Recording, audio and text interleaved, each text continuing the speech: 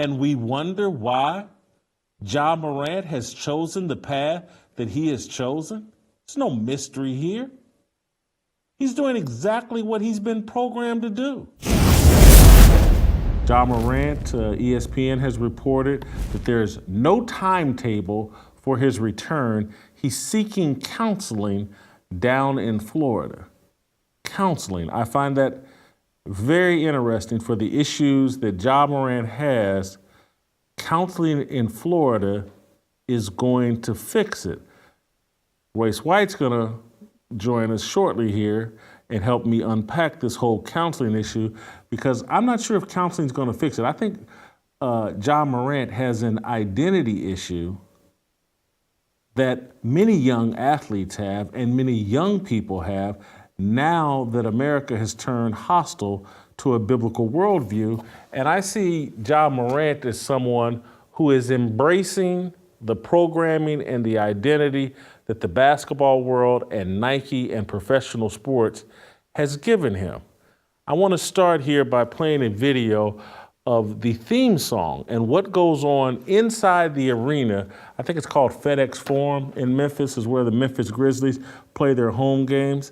And so you've seen the pictures of Ja Morant. We talked about him yesterday. Inside the strip club, surrounded by chicken wings and cash money everywhere, a stripper on top of him. He's shirtless, all tatted up. And you're just thinking to yourself, how did he get here? And then you think about all the other issues he's had with the live streaming, the gun inside the strip club, the altercation with the 17-year-old boy in his backyard where he comes out and flashes a gun and intimidates that kid, to the issue with the Indiana Pacers officials where they felt like Ja Morant and his crew flashed a red laser light like they were potentially going to shoot somebody inside of his car, to the problems with the mall security.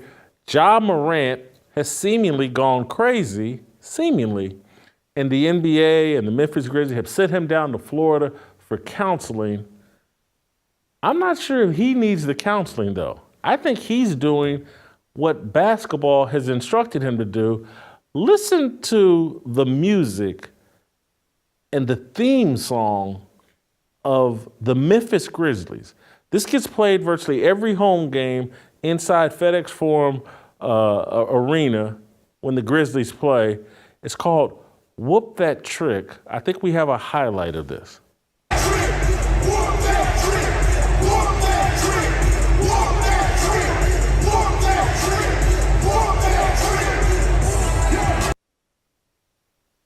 That's their arena.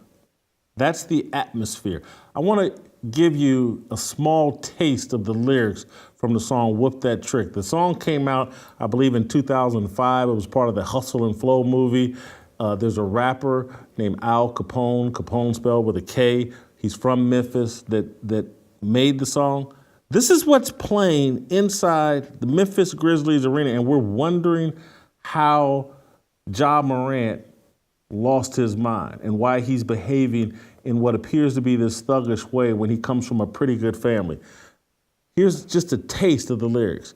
You effing with a street N-word, from the gutter pimp tight / drug dealer, born and raised in the M, Memphis, Tennessee. Before it's said and done, you bitches gonna remember me.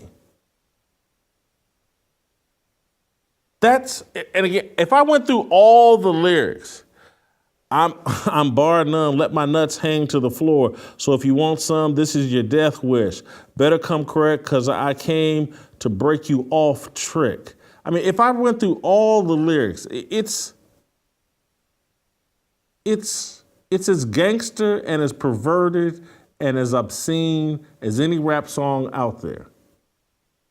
This is what the entire NBA and sports world has embraced. And this has been going on for the last 30, 35 years. This all started when Nike had all that success with Air Jordan and Michael Jordan. Comes from a very good family, has a completely different profile and behavior and persona than Ja Morant and these modern athletes. Michael Jordan, nothing like these guys. But Air Jordans started, I believe, in 1985, and part of Nike's strategy was getting Air Jordans on the feet and in the hands of drug dealers and gang members and tastemakers inside the inner city. They used to have special sales or debuts of these shoes at Foot Lockers and shoe stores in the inner city or available to drug dealers in inner cities everywhere. It was all about getting street cred and becoming tastemakers and getting in the hands of tastemakers so that all the urban kids would want Air Jordan shoes. Nike has been at the forefront of this. And then when you flip over to the other side, Tiger Woods, another guy, good parents, good kid, totally different persona than Ja Morant and the modern day athletes. But what Nike leaned into with Tiger Woods was racial idolatry. The guy called himself a Caucasian, a mixture of Caucasian, Asian, and black, and something else maybe, but he called himself a Caucasian. Nike forced Tiger Woods into the black role. They wanted to present him and package him as the Jackie Robinson of golf. You go watch, there was a great documentary I think HBO did on Tiger Woods where they had footage of the actual moments when Nike decided through commercials that they were going to play the race card with Tiger Woods early in his career. And you could see Tiger and his dad uncomfortable with it, but this is what Nike wanted to do. Racial idolatry and gangster rap. That's what Nike felt was the key elements to elevate their brand. And so for the last 35 years, ever since Air Jordan took off and ever since Tiger Woods became what Tiger Woods is, the images and the legacies of Michael Jordan and Tiger Woods have been perverted into gangster rap and racial idolatry. And Ja Morant and every young athlete wants that Nike money, wants that street credibility, wants that racial idolatry, worship. And so you go into any NBA arena, any NFL stadium, you go to any of their practices, facilities, you go to any college venue, you go to anything related to youth sports as it relates to football and basketball, and it is drenched in gangster rap culture. It's drenched in racial idolatry. And we wonder why Ja Morant has chosen the path that he has chosen. There's no mystery here. He's doing exactly what he's been programmed to do and what every young athlete has been programmed to do. This dude has an identity crisis. There's what he was raised to be, and there's what the culture has made him to be. And so you have all of these black athletes obsessed with tattoos, hairstyles, hair color, and fashion. They're like little teenage girls, just obsessed with their looks, hair color, fashion, tats. They're Instagram models. I can't remember the name of the original big booty Instagram model that became famous, but a woman's butt is the biggest thing on Instagram. Followed by, no, it's not Brittany Renner, but followed by men bare-chested, tatted up, with little hairdos, wearing their hair like Barney Rubble's wife or Wilma Flintstone's hair, buns and dreads and cornrows and whatever, and putting all this different color in, obsessed with their looks. We've turned male athletes into Instagram models. Feminine energy just running wild. And so it's no mystery. This guy has an identity crisis Because we've given him one.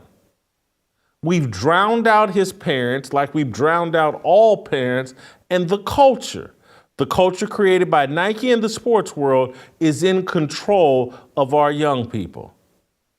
And there's no mystery to why they're misbehaving. There's no mystery as to why this kid would go into a nightclub and drop $50,000, put it all over the floor, order up a bunch of chicken wings and French fries, take his shirt off, and have some girl come dance naked in front of him. And comfortable knowing that this is all on surveillance. Anybody with a brain knows this is all on surveillance. He wants to be seen this way. I believe Nike and the NBA want him to see himself this way. All of this, to me, feels like a marketing scheme. He's down in some kind of MK Ultra counseling session right now, being perfected, and his comeback story, he's just all going to be more interesting after this great fall. And there are now rumors that he may not return this season. But when he comes back, they're going to package him up and they're going to sell shoes and they're going to market his story. He's going to get that thug street credibility one way or the other. Like what you saw? Hit that like button, subscribe, and check out the full episode by clicking the link below.